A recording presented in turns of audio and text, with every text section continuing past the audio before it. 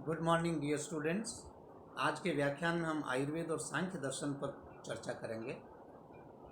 यहाँ जिज्ञासा होना स्वाभाविक है कि आयुर्वेद के जो विद्वान हैं, आयुर्वेद के जो चिकित्सक हैं, उनको सांख्य दर्शन के बारे में जानने की आवश्यकता क्या है। तो उसका समाधान यह है कि चूँकि आयुर्वेद में सांख्य दर्शन के अनेक सिद्धांत, अनेक वचन, अनेक विषय देखने को मिलते हैं, इसलिए आयुर्वेद के निष्णात व्यक्ति को या आयुर्वेद में जो निष्णात होने की इच्छा रखता है उस व्यक्ति विशेष को सांख्य दर्शन के जो सिद्धांत हैं उनका चिकित्सा में हम कैसे प्रयोग कर सकते हैं, चिकित्सा में कहाँ कहाँ इनका वर्णन हुआ है, इसका ज्ञान रखना ज़रूरी है। इस बात को दृष्टिगत करते हुए हमने आज के व्याख्यान का विषय सांख्य दर्शन और आयुर्वेद रखा है। आप चरक संहिता में सूत्र स्थान का जो 13वां अध्याय है वहाँ देखें। वहाँ पर जब स्नेहाध्याय की चर्चा हो रही है और अग्निवेश अपने जिज्ञासाएं गुरु से पूछते हैं तो वहाँ पर भी आया सांख्य शब्द। सांख्य संख्या संख्येय सहासीनम पुनर्वसुम जगत हितार्थम पप्रच्छ वन्ही वेशः स्वसंशयम, अर्थात जगत प्रसिद्ध सांख्य या ब्रह्म ज्ञानियों के साथ बैठे हुए पुनर्वसु आत्रेय से अग्निवेश ने प्रश्न पूछे। इतना ही नहीं, सूत्र स्थान के 25वें अध्याय को देखें, यज्ञ पुरुषी अध्याय को, वहाँ पर भी हिरण्याक्ष ने पुरुष और रोग की आद्य उत्पत्ति के संबंध में जो मत व्यक्त किया है, वहाँ पर वो कहते हैं कि राशि षट धातु जो येषः सांख्य आद्य प्रकृतितः, अर्थात आद्य सांख्य जो है या आद्य सांख्य के जो मतानुयायी हैं उन्होंने 6 धातुओं से निर्मित यह राशि पुरुष है, ऐसा माना है। यहाँ पर आपके मन में ये प्रश्न आना स्वाभाविक है कि सांख्य दर्शन तो 25 तत्व मानता है सृष्टि उत्पत्ति में पुरुष सहित, जिसका वर्णन सुश्रुत संहिता शारीर स्थान 1 में किया गया है। वो पूरी तरह से सांख्य के अनुसार सृष्टि उत्पत्ति क्रम में सुश्रुत संहिता में जो दिया है वो। यह बात अलग है कि बाद में सुश्रुत ने स्वमत या स्वदर्शन भी उपस्थित किया, जहाँ वो कहते हैं भौतिकानि च इंद्रियाणि आयुर्वेदे वर्ण्यन्ते तथा च इंद्रियार्थ, अर्थात सांख्य दर्शन में इंद्रियां और इंद्रियार्थ अहंकारिक माने गए हैं, जबकि आयुर्वेद में इंद्रियां और जो इंद्रियार्थ है इन दोनों को 5 भौतिक माना गया है, क्योंकि 5 भौतिक माने बिना इनकी चिकित्सा नहीं हो सकती। तो सुश्रुत ने सांख्य मत का वहाँ पूरी तरह से वर्णन करने के बाद स्वदर्शन का वर्णन भी वहाँ उपस्थित किया। ये एक अलग प्रसंग है। तो हम चर्चा कर रहे थे कि हिरण्याक्ष षट धातुज पुरुष को राशि पुरुष कह रहे हैं यहाँ, और कह रहे हैं कि आद्य सांख्य वालों ने षट धातुज पुरुष को राशि पुरुष माना है। और यदि सुश्रुत संहिता शारीर स्थान देखें तो वहाँ 25 तत्व सांख्य के अनुसार सृष्टि उत्पत्ति में बताएं। तो यहाँ प्रश्न ये हो सकता है कि कौन सा मत इसमें सही है, तो दोनों मत सही है। यहाँ पर यह बात भी देखने को मिलती है, अगर अन्य लेखकों की पुस्तकों को हम देखें तो वो ये कहते हैं कि सांख्यों के बहुत सारे मत प्राचीन काल में प्रचलित थे। तो आद्य सांख्य भी थे, तो नवीन सांख्य भी थे। तो आद्य सांख्य वाले जो विद्वान थे या प्राचीन जो विद्वान थे वो 6 धातु युक्त तो पुरुष को भी मानते थे, और चरक संहिता में भी दिया खाद्य चेतना षष्ठा धातु पुरुष स्मृत। तो चरक संहिता के जो मूल तंत्रकर्ता अग्निवेश हैं उनका भी यही मत है। तो प्राचीन विद्वानों में वो खुद भी सांख्य थे, क्योंकि जो सूत्र स्थान 13 का मैंने उल्लेख किया कि पुनर्वसु आत्रेय जगत प्रसिद्ध जो सांख्य या ब्रह्म ज्ञानी उनके साथ बैठे थे, तभी अग्निवेश ने प्रश्न किया। इसका मतलब पुनर्वसु आत्रेय भी सांख्यों में मान्य विद्वान थे, सर्वप्रथम गणनीय विद्वान थे, तभी उनके साथ सांख्य लोग जो हैं वो भी वहाँ पर उस चर्चा में स्नेहाध्याय के समय वहाँ उपस्थित थे। इतना ही नहीं, आयुर्वेद में जो प्रमाण का वर्णन है उसमें भी आप देखें तो सांख्य दर्शन द्वारा वर्णित जो 3 प्रमाण हैं, शब्द, प्रत्यक्ष और अनुमान, इन प्रमाणों को बहुत महत्व दिया गया है। और इसका प्रमाण है विमान स्थान का त्रिविध रोग विशेष विज्ञानी विमान। अनेक प्रमाणों को आयुर्वेद में वर्णन किया है, लेकिन रोग के विशेष के ज्ञान के लिए आप्तोपदेश, प्रत्यक्ष और अनुमान, इन 3 प्रमाणों को वहाँ विशेष रूप से स्वीकार किया गया, वर्णित किया गया, इनको महत्व दिया गया है। इस तरह से सांख्य दर्शन के अनेक विषय आयुर्वेद में देखने को मिलते हैं। परादि गुणों में यदि आप देखें तो वहाँ संख्या गुण का निर्देश है, और उसको डिफाइन करते हुए कहते हैं संख्या शाद गणितम, अर्थात संख्या गणित को कहते हैं। और वहीं सूत्र स्थान 13 की टीका में चक्रपाणी सांख्य का एक्सप्लेनेशन करते हुए कहते हैं संख्या सम्यक ज्ञानम, कि संख्या सम्यक ज्ञान को कहते हैं। और तेन व्यवहरन्ति इति सांख्या, और उस सम्यक ज्ञान का जो व्यवहार करते हैं, जो प्रचार करते हैं, जो दूसरों को प्रदान करते हैं, उनको सांख्य कहते हैं। तो यहाँ पर हमारे सामने संख्या शब्द के 2 अर्थ आए, सम्यक ज्ञान और संख्या का अर्थ गणना। और यहाँ प्रश्न होना स्वाभाविक है कि संख्या शब्द का गणित या गणना अर्थ हम ग्रहण करें या सम्यक ज्ञान। तो उसका समाधान ये है कि दोनों अर्थ विद्वानों द्वारा स्वीकार किए गए, दोनों अर्थ प्रधान है, उनका ग्रहण करना चाहिए। अब हम सांख्य दर्शन जो है उसका कुछ परिचय आपके समक्ष प्रस्तुत करना चाहेंगे इस व्याख्यान के माध्यम से। तो विद्वानों का मानना है कि सांख्य दर्शन जो भारतीय आस्तिक दर्शन है उनमें सर्वाधिक प्राचीन और महत्वपूर्ण दर्शन है, और इसके प्रवर्तक महर्षि कपिल हैं, जिनको प्रथम दार्शनिक की उपाधि से विभूषित किया गया, मंडित किया गया, स्वीकार किया गया है। महाभारत में भी सांख्यों का वर्णन है। वहाँ पर एक पद्य आया जिसमें वो कहते हैं कि संख्या प्रकुर्वते च प्रकृतिम च प्रचक्षते तत्वानि च चतुर्विंशतेन सांख्या प्रकीर्तिता। यानी ये संख्या का वर्णन करते हैं, तत्वों का वर्णन करते हैं, प्रकृति का विशेष रूप से वर्णन करते हैं, 24 तत्वों का जिक्र करते हैं, इसलिए इनको सांख्य कहा गया है। इस तरह से महाभारत यानी आयुर्वेद के अलावा महाभारत में भी सांख्यों का वर्णन है। अब सांख्य शब्द की व्युत्पत्ति पर यदि हम दृष्टिपात करें तो यह शब्द सम उपसर्ग पूर्व ख्या प्रकथने धातु से उत्पन्न हुआ है। ख्या धातु है जो प्रकथन के अर्थ में प्रयुक्त होती है। और इस सांख्य शब्द के कुछ अर्थ हमारे सामने आते हैं। सबसे पहला विवेक ज्ञान, तत्वों का विवेक ज्ञान, दूसरा सम्यक ज्ञान, और तीसरा प्रकृति पुरुष विवेचन। यहाँ फिर प्रश्न होना स्वाभाविक है कि प्रकृति पुरुष का विवेचन करने से फायदा क्या है, या जो विभिन्न तत्व है उनका विवेक ज्ञान होने से क्या फायदा है। तो उसके समाधान में विद्वान लोग कहते हैं कि जब आपको ये ज्ञान हो जाता है कि पुरुष प्रकृति से भिन्न है और स्वतंत्र है, तब मोक्ष की ओर प्रवृत्ति होती है या मोक्ष प्राप्ति होती है। इसलिए इनका विवेचन सांख्य में विशेष रूप से किया गया है। अब हम आपको सांख्य दर्शन के कुछ प्रमुख सिद्धांत हैं उनका संक्षेप में वर्णन आपके सामने प्रस्तुत करेंगे। सबसे पहले सत्कार्यवाद। कार्य कारणवाद के विषय में सांख्यों का परम प्रसिद्ध और विशिष्टवाद सत्कार्यवाद है। वो कहते हैं कि कार्यम सत उत्पद्यते इति सिद्धांत, अर्थात उनका ये मानना है कि कार्य जो है वो पहले से सत यानी एग्जिस्ट कर रहा होता है कारण में, और फिर उत्पन्न होता है यानी उसकी व्यक्ता अवस्था आती है। यही सत्कार्यवाद है। अर्थात सांख्यों का ये स्पष्ट मत है कि कार्य जो है वो कारण में अव्यक्त अवस्था में मौजूद रहता है, तभी वो कार्य उत्पत्ति के समय व्यक्तावस्था को प्राप्त करता है।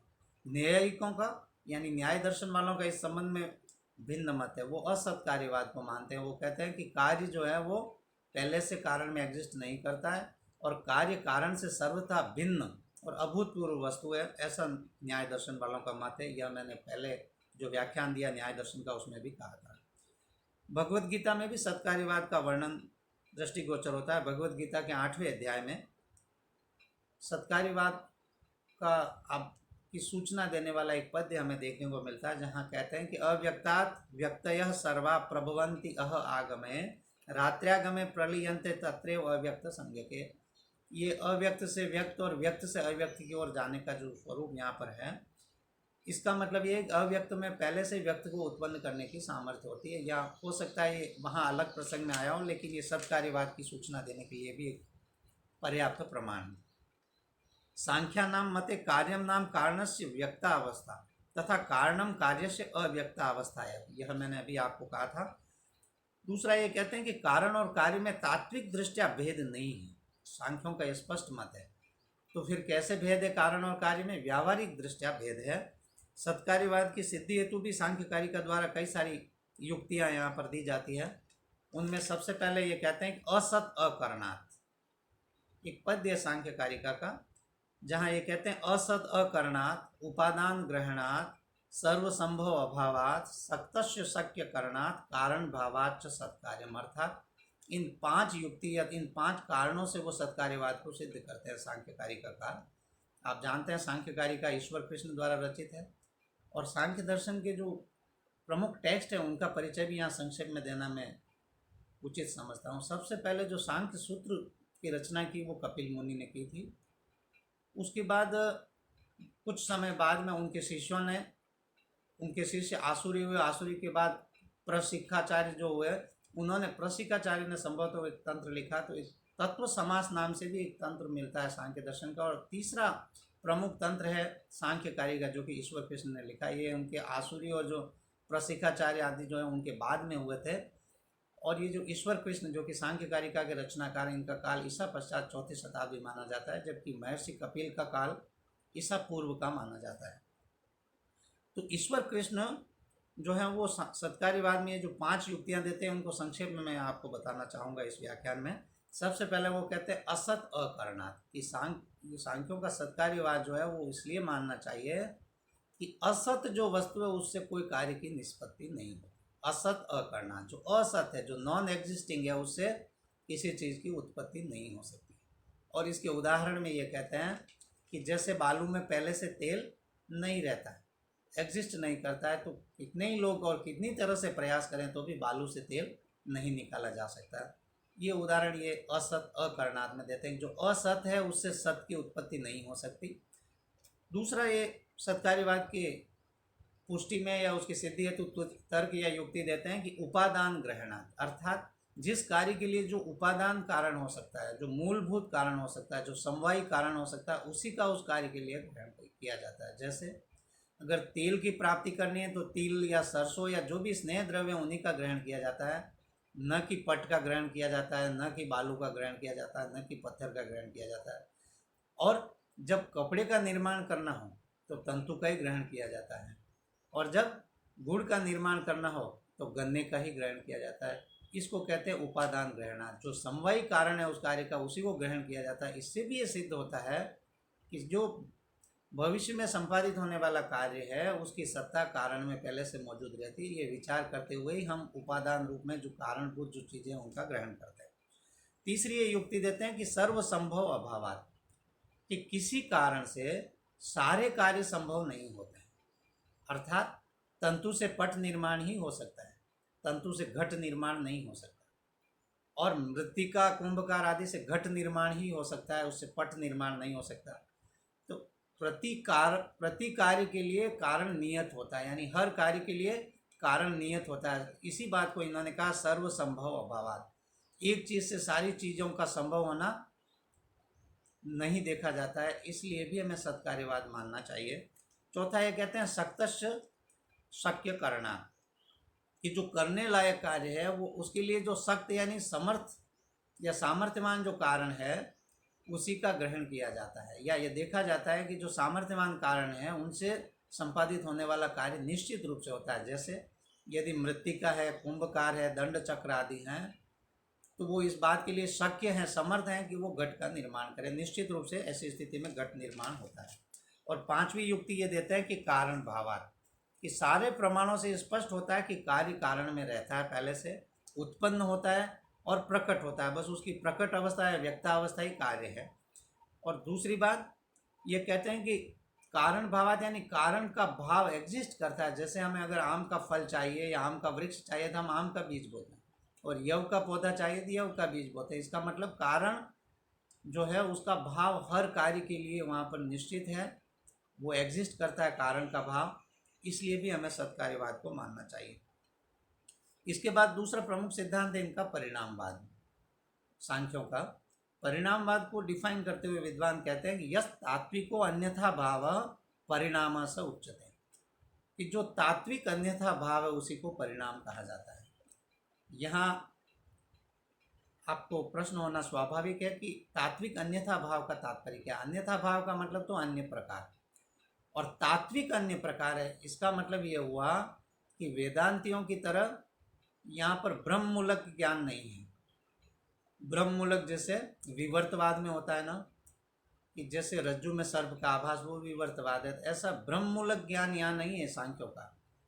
यहाँ पर ये जो अन्यथा प्रकार उत्पन्न होता है कारण से कार्य के रूप में जो अन्य प्रकार उत्पन्न होता है, जो व्यक्त अवस्था उत्पन्न होती है, वो तात्विक है, अर्थात ब्रह्ममूलक ज्ञान नहीं है। यहाँ पर निश्चय है कि कारण में कार्य एग्जिस्ट करता है लेकिन अव्यक्त अवस्था में रहता है, और कार्य अवस्था में जब जाता है तो व्यक्त अवस्था प्राप्त हो जाती है। ये तात्विक है, ये ब्रह्ममूलक ज्ञान नहीं, इसलिए इसको तात्विक अन्यथा भाव यानी अन्य प्रकार को तो प्राप्त होता है तभी उसको परिणाम कहते हैं। इस परिणाम के कई अर्थ हैं, परिणाम शब्द के परिवर्तन भी हैं, पाक भी है। आयुर्वेद में भी परिणाम शब्द पाक के अर्थ में भी लिया गया है। स्वरूपांतर भी है, दूसरे स्वरूप की प्राप्ति होना भी है, और अन्यथा भाव भी इसका पर्याय है। अब हम परिवर्तन शब्द को ही देखें तो परिवर्तन दो प्रकार से होता है। एक तो परिणाम के द्वारा जिसमें स्वरूपांतर या अन्यथा भाव होता है या परिवर्तन होता है, और दूसरा विवर्तवाद जो कि वेदांतियों का, जिसका अभी मैंने जिक्र किया।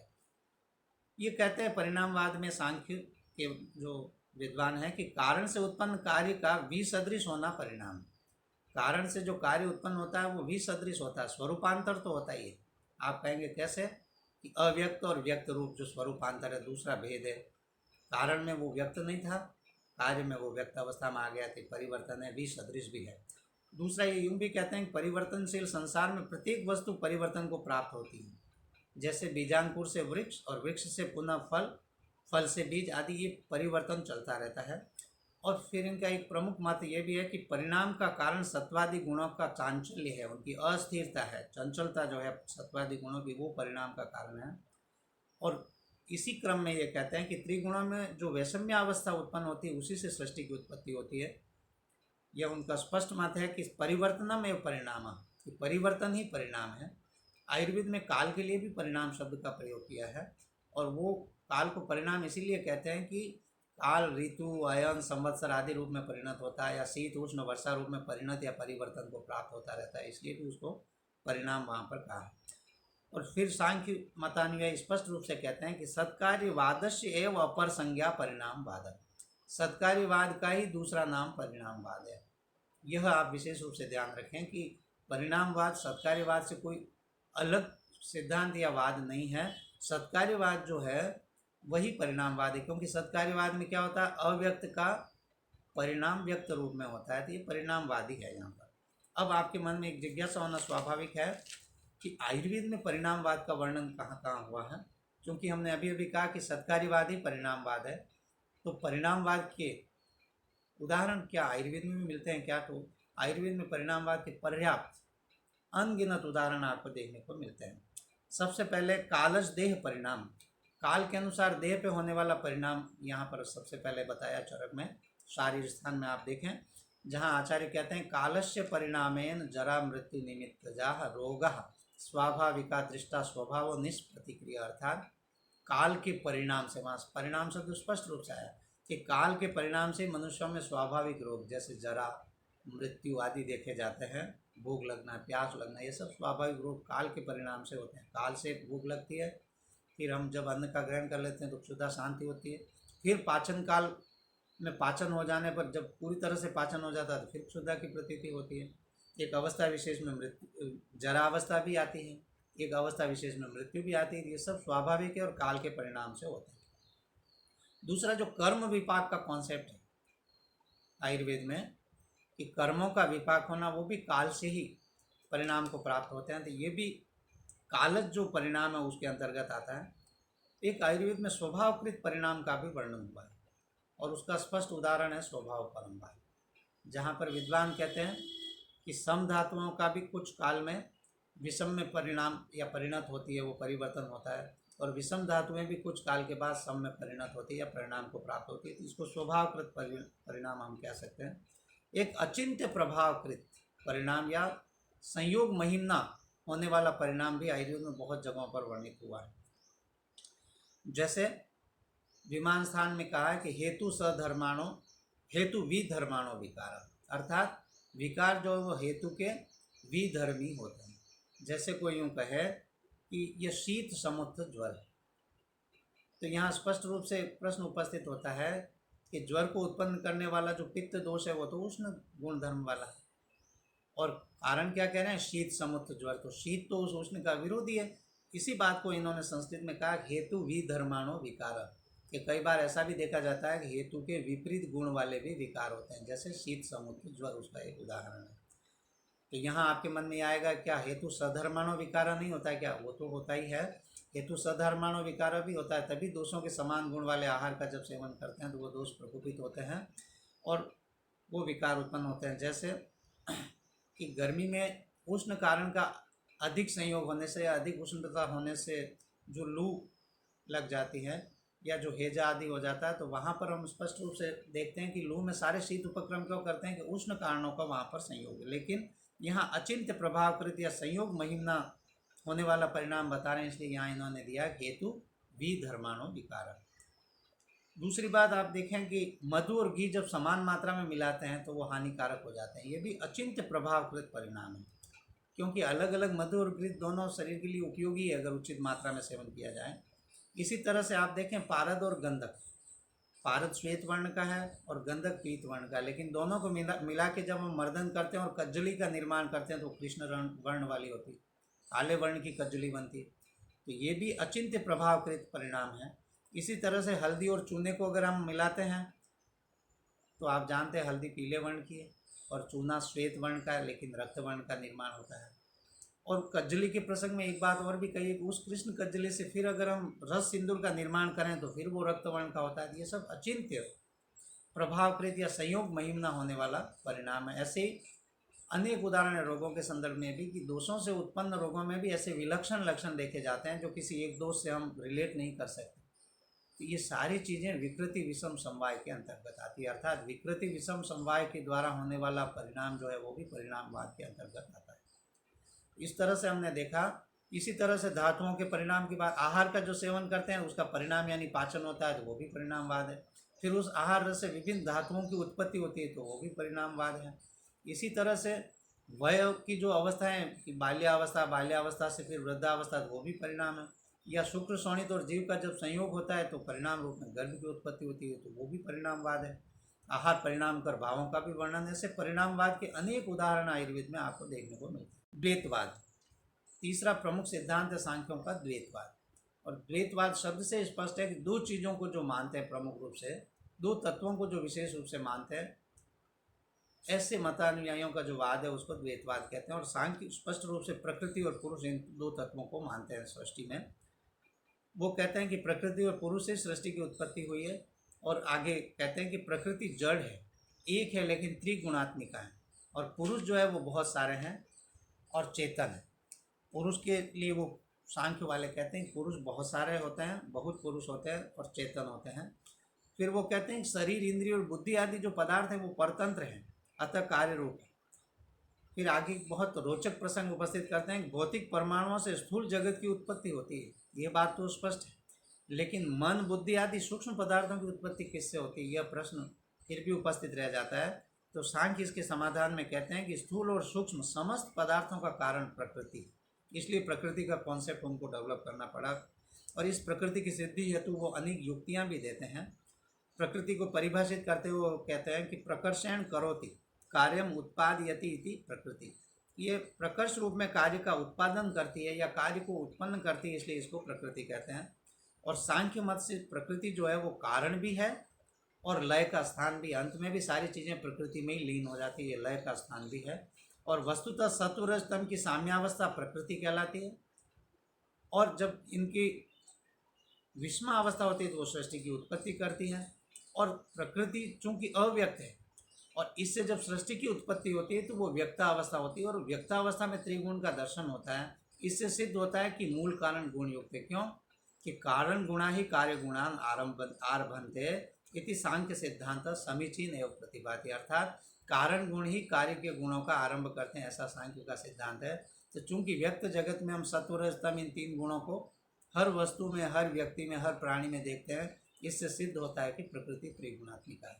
Thank you.